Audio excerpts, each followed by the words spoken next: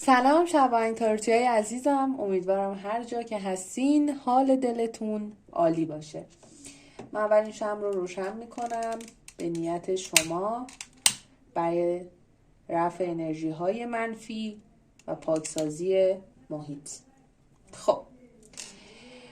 اولا که ممنونم از همه شماهایی که منو دنبال میکنین، سابسکرایب میکنین، لایک میکنین، کامنت میذارین و همونجوری که من در توانم برای شما به هر حال زحمت میکشم، شما هم به همون اندازه احترام میذارید به زحمات من با لایکاتون، با کامنت هاتون، با نظردهی هاتون و اینکه کنار من هستین. خیلی خوشحالم از اینکه اینجا در خدمتتون هستم با یک پست مفصل در رابطه با مسائل کاری و مالی شما. هر چیزی که شما باید امروز در رابطه با مسائل مالیتون بدونید و امیدوارم که این ویدیو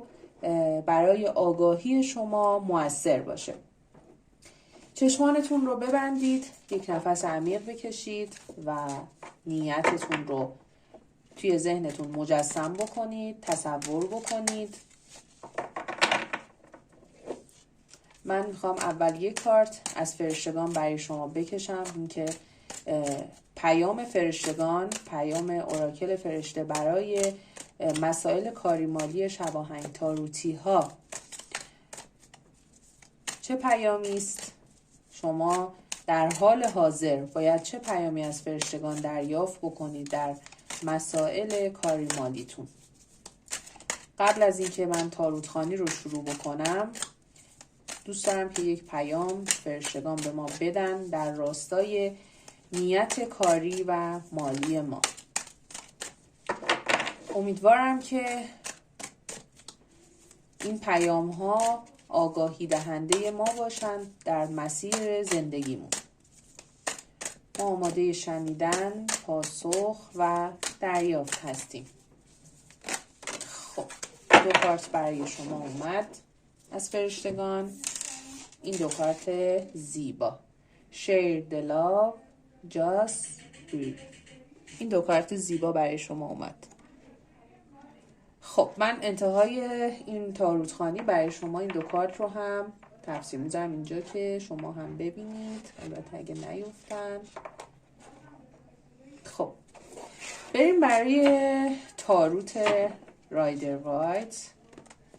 ببینم که چه پیام هایی توی مسائل مالیتون برای شما تاروت در نظر گرفته. از چه مسائلی شما قرار آگاه بشین، هوشیار بشین و انتخاب و تصمیم درستوی مسائل مالی برای شما چه اقداماتی هستش. ما آماده پذیرا و آگاهی و دریافت هستیم. خب کارت ها رو یه بار دیگه میزنم و 10 کارت از تاروت میخوایم برای نیت. خب اول با چه کارتی شروع شد؟ با یک تموم شدن برای شما شروع شد و این تاروت، یعنی این تاروت خانی پر از پیام های مهمه، چون تا همینجا 3 تا از تاروت های کبیر برای شما اومد و 100% وقتی تاروت کبیر برای شما میاد یعنی پیغام های مهمی تاروت برای شما داره و قرار از موضوعات مهمی به شما هشدار بده.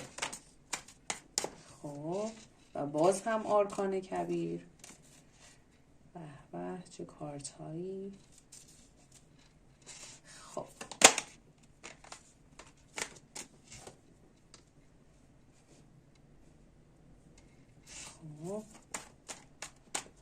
دیگه چه کارت هایی تاروت میخواد به ما بده؟ 3 کارت آخر با 3 تا کارت فوق‌العاده این ریدینگ رو تموم کرد. آخرین کارت آس سکه. خب اینم از ته کارت شما. خب انرژی سکه و عنصر خاک هم خیلی زیاده. عنصر خاکی ها اردیبهشت، شهریور، دی ماهی و معمولا هم کارت سکه و خاک از مسائل کاری مالی شما صحبت میکنه، همونجور که این ریدینگ در رابطه با مسائل مالی شماست. خب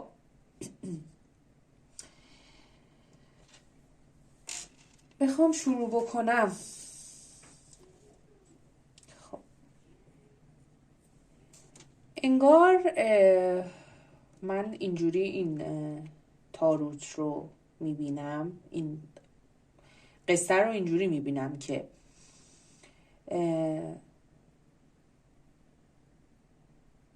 شما از 9 وقت قبل یک حرکت مالی زدین، یک استارتی رو زدین، یک شروعی رو انجام دادین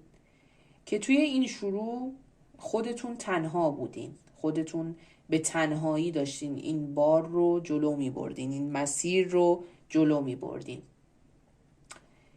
و برای شما انگار پر از آرامش بود، پر از سوددهی بود، پر از فراوانی بود، پر از برکت بود. یعنی تهکارت شما با کارت 9 سکه هستش. من اینجوری میبینم که انگار از 9 وقت پیش که کاری رو شروع کردین پر از فراوانی بود، پر از رفاه بود، رفاه مالی، رفاه روحی روانی و انرژی خانم‌های مستقل و تنها رو اینجا خیلی زیاد میبینم و برکت و سوددهی مالی خیلی زیادی برای شما این کار داشت و اینکه انگار پیشنهادهایی رو هم دریافت کرده بودین، پیشنهادهای شراکتی رو هم دریافت کرده بودین، ولی خودتون دوست نداشتید که شریکی رو وارد روند کاریتون بکنید و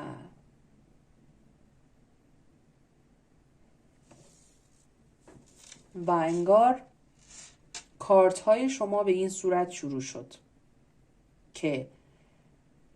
من فکر میکنم که یک چرخه‌ای برای شما توی زندگیتون پیش اومد، توی روند کاری مالیتون یک چرخه‌ای پیش اومد، یک اتفاقی پیش اومد که یک دوران خیلی سختی رو انگار برای شما به وجود آورد. یعنی یک موضوع، یک اتفاق باعث به وجود اومدن یک سری یعنی در واقع یک چرخه اتفاقات بد پشت سر هم اتفاق افتاد و یه جورایی انگار رفاه شما، اون آسایش شما، اون رفاهی که برای خودتون رقم زده بودین دچار یک سری معضلات شد. یعنی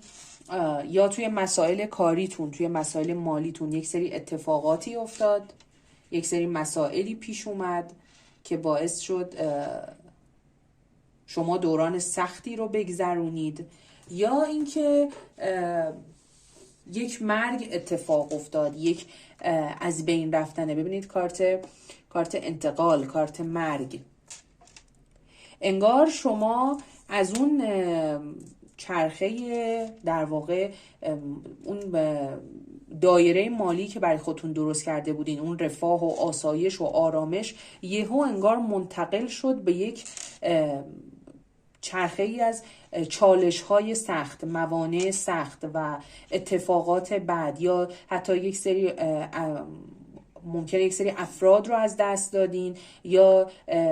حرکت هایی رو زدین که باعث از بین رفتن یک سری رفاه ها برای شما شد و یه جورایی دوران سختی رو در واقع پشت سر گذاشتین یا وارد یک چالش اصلا سخت شدین. چون من اینجوری میبینم که یعنی در واقع نه اینکه همه چیز از بین رفت، اون رفاه قبلی از بین، نه، وارد یک چالش خیلی سخت شدین، یعنی وارد یک مسیر سخت شد. من حتی اصلا این مدلی میبینم انگار شما 9 وقت قبل کاری رو شروع کردین که حتی شاید تصورات شما بر این بود، تصورات شما بر این بود که مثل یک 9 سکه باشین، مثل یک یعنی تصورتون از این کاری که شروع کرده بودین این بود که قراره که خیلی توی رفاه باشین، قراره رفاه زیادی رو برای شما فراهم بکنه. ولی وقتی توی مسیر اومدین دیدین که نه، مثل این که چالش های این مسیر خیلی زیاده، خیلی باید رنج بکشین، خیلی باید تحمل بکنید، خیلی از دست دادن ها رو باید تجربه بکنید و یه جورایی انگار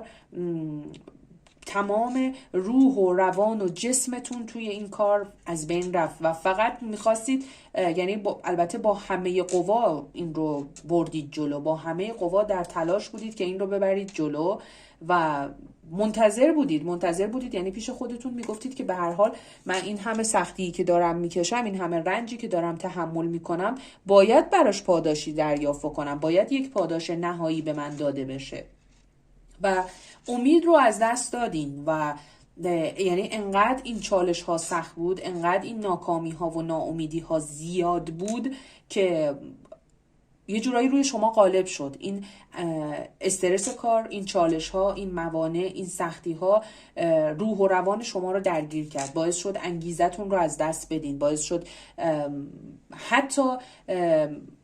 مسیرهایی که خداوند برای شما توی راهتون میذاشته، نشانه های خداوند رو، نشانه های کائنات رو نبینین و بی انگیزگی شما انگار خیلی غالب شد روی همه چیز. بی انگیزگیتون باعث شد که نبینید خب خیلی جا دارید کارتون رو درست پیش میبرید و نشونه های زیادی هم در اطراف شما هست و راه های زیادی برای شما داشت باز میشد، معجزات زیادی رو داشتید میدیدید، ولی انگیزه ها رو از بین برده بودین، یا اون بی انگیزگیتون، اون کسالتتون، اون کرختیتون، اون حتی پرتوقعیتون، این که توقع داشتید که مثلا یهو همه چیز خوب بشه یا اصلا انتظار این همه چالش و سخت رو نداشتین، باعث شد که خیلی در واقع خیلی موفقیت های کوچیکی که توی روند کاریتون رقم زده بودید رو نبینید، یا خیلی راههایی که داشت برای شما باز میشد رو ندیده بودید و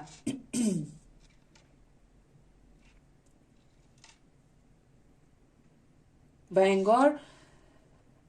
یک جرقه کوچیک توی زندگی شما اتفاق افتاد، یک جرقه‌ای که باعث شد که در واقع یه شروع جدید، انگار یه شروع دوباره اتفاق افتاد و یه مقدار از اون سختی هایی که بود، یه مقدار از اون چالش هایی که بود کنار گذاشته شد و یه شروع جدید کردین. یعنی من حتی اینجوری میبینم که انگار یا روند کارتون رو تغییر دادین یا یه کار جدید رو استارت زدین، یا انگار یک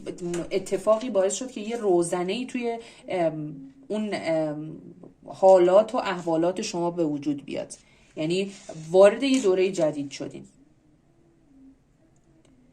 و یا حتی اینجوری میبینم که انگار خودتون تصمیم گرفتین که یک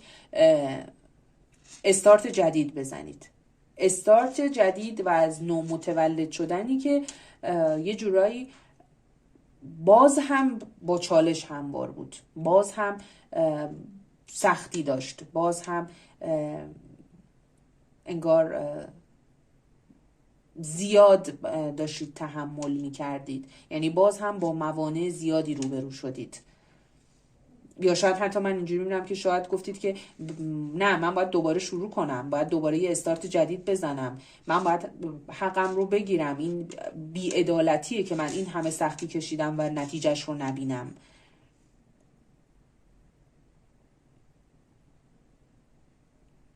ولی باز همون شروع جدیده، حالا یا شروع جدیدی بوده که خودتون برای خودتون رقم زدین، یعنی دوباره اون احوالات رو انداختین دور، باز خودتون شروع کردین، یا حالا شروع جدیدی که کلا توی زندگیتون به وجود اومده بود، باز هم یه جورایی هم اون انرژیه رو داشتین که من باید حقم رو بگیرم، این ناعادلانه است که من نتونم به اون چیزی که میخوام برسم، ولی باز هم اون احساس ترس هاتون، اون ناامیدی هاتون، اون افکار منفی باز هم گریبانگیر شما بود با انرژی زیاد. یعنی خیلی بیشتر از اون انرژی مثبتتون، انرژی منفیاتون شما رو احاطه کرده بود.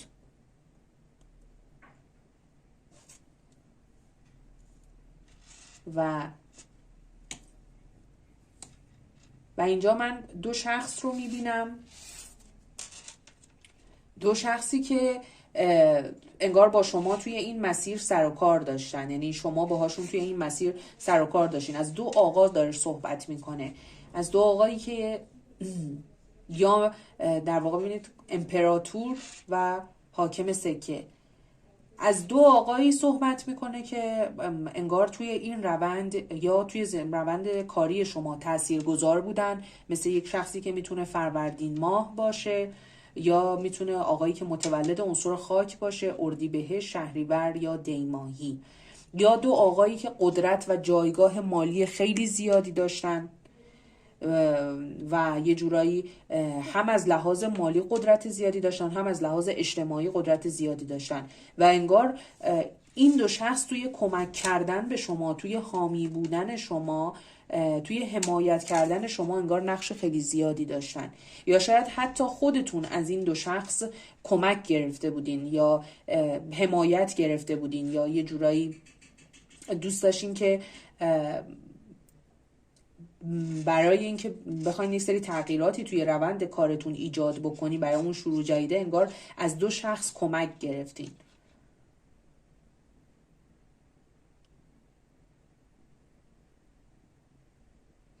و این کمک و حمایت باعث یک، چون دقیقا شما اینجا رو ببینید، بعد از اون دو کمک 2 تا عدد 8 کنار هم تکرار شد.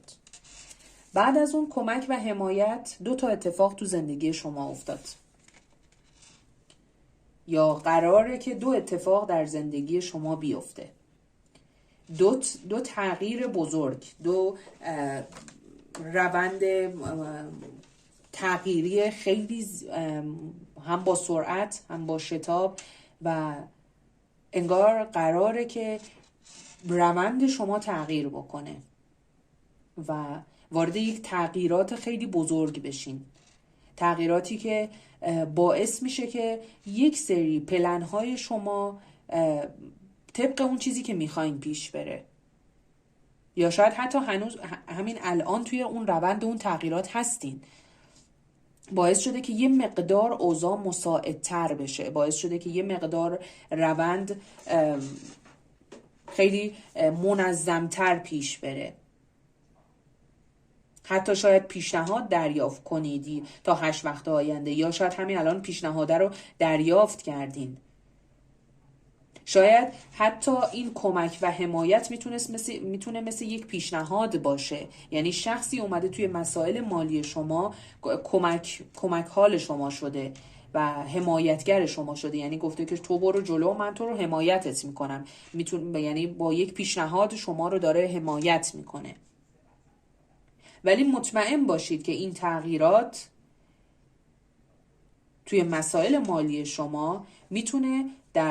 مثل یک آس سکه برای شما باشه، میتونه مثل یک شروع پرقدرت، میتونه مثل یک وارد شدن به یک دریچه جدید از زندگیتون. خیلی جالبه که اولش با کارت انتقال، با کارت مرگ شروع شد و آخر کارت با یک شروع جدید شروع شد، یک شروع پرقدرت، یک شروعی که شما رو وارد میکنه به یک دنیای جدید، وارد میکنه به یک دریچه جدید از زندگیتون، دریچه‌ای که میتونه رضایت زیادی برای شما بیاره، هم برای شما هم برای اطرافیان شما.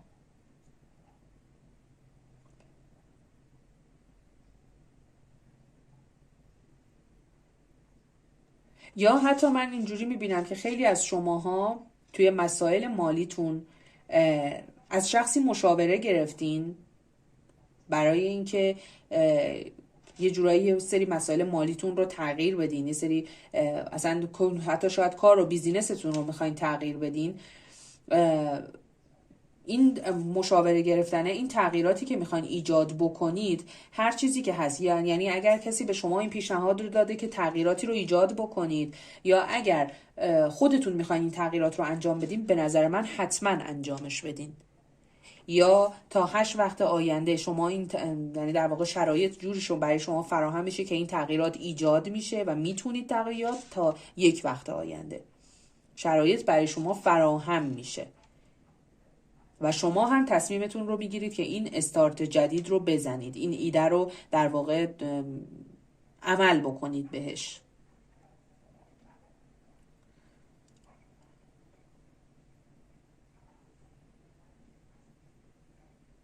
من حتی اینجوری میبینم برای شما که انگار خیلی از شما قبلا توی زندگی یعنی چند وقت اخیرتون یا در واقع گذشته شما رو من اینجوری میبینم که از لحاظ مالی توی رفاه بودین، توی رفاه زیادی بودین، حالا یعنی یه جورایی خیلی چیزها برای شما فراهم بود، ولی متاسفانه انگار وارد یک رکود شدین، وارد یک در واقع روندی شدین که پر از چالش ها و سختی ها بود و این چالش ها و سختی ها رو من برای خیلیاتون میبینم که خودتون برای خودتون رقم زدین، از توقعات زیادتون اومد، در واقع از پرتوقع بودن شما اومد، یا برای خیلی از شماها این چالش ها به قدری سخت بود که کلا انگیزه و امید شما رو از بین برد و حتی شاید یک فرصت داشتین، یک فرصت شروع دوباره داشتین ولی متاسفانه بهش توجه نکردین. من برای خیلی از شماها حتی یک روند قانونی دیدم، وارد یک روند قانونی شدین، وارد یک روند دادگاهی شدین که توی این روند قانونی و دادگاهی شما با 2 شخص سر و کار داشتین، با 2 شخصی که میتونن با 2 آقا باشه، آقایی که حدود سنی 50 تا 75 سال رو داشته، 2 آقایی که حتی میتونه از لحاظ مالی خیلی قدرتمند بودن و زیاد قابل انعطاف نبودن و شاید حتی شما توی این روند قانونی خیلی ترس براتون داشته بود، خیلی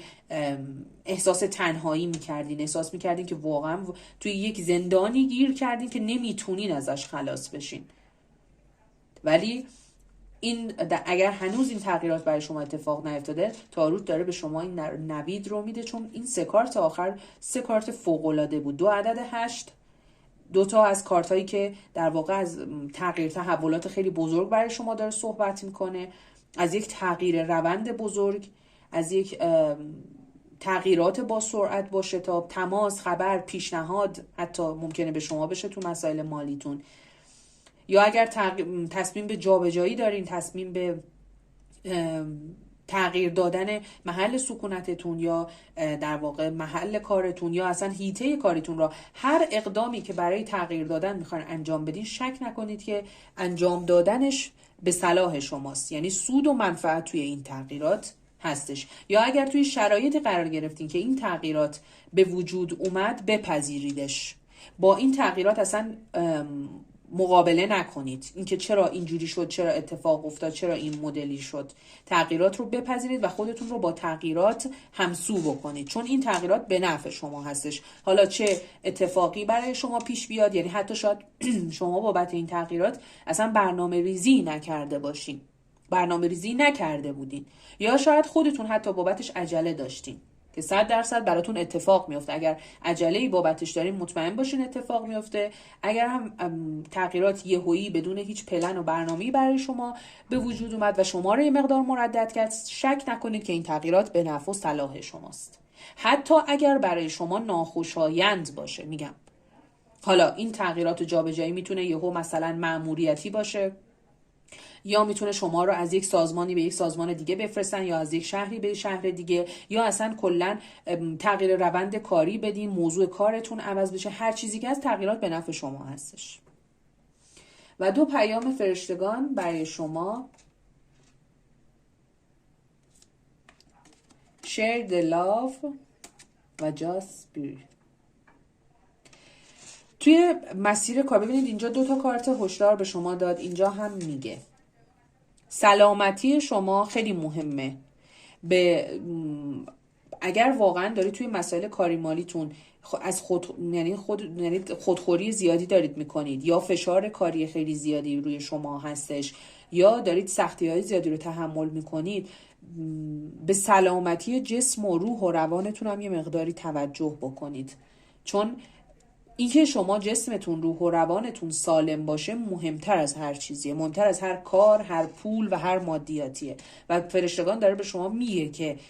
حواستون به سلامتیتون باشه، یعنی اولویت اول رو شما باید بذارید برای سلامتی خودتون. حتی شاید از اون دسته آدمایی باشید که کلا غرق کار شدین و خیلی موضوعاتی مثل سلامتی، مثل عشق، مثل روابط عاشقانه، روابط احساسیتون رو کلا فراموش کردین، یا انقدر درگیر مسائل مالی یا کاری شدین، درگیر مشکلات مالیتون شدین که اصلا خانواده، دوست، آشنا همه رو فراموش کردین، حتی خودتون رو هم فراموش کردین. و فرشتگان دارن به شما این توصیه رو میکنن که یه مقدار حواستون به افرادی که دوستتون دارن یا شما دوستشون دارید باشه، به سلامتی خودتون باشه، خودتون رو توی این روند فراموش نکنید. امیدوارم که بهترین ها براتون رقم بخوره. اگر دوست داشتین میتونید نظراتتون رو واسم کامنت بذارید و لایک بکنید و اینکه میتونید سابسکرایب بکنید، چون در واقع این تاروتخوانی برای افرادی هستش که توی کانال من هستن، من رو سابسکرایب دارم. من برای یعنی در واقع این تاروتخوانی رو به نیت افرادی میگیرم که من رو دنبال میکنن، کنار من هستن. بهترین ها رو براتون از خداوند آرزو دارم.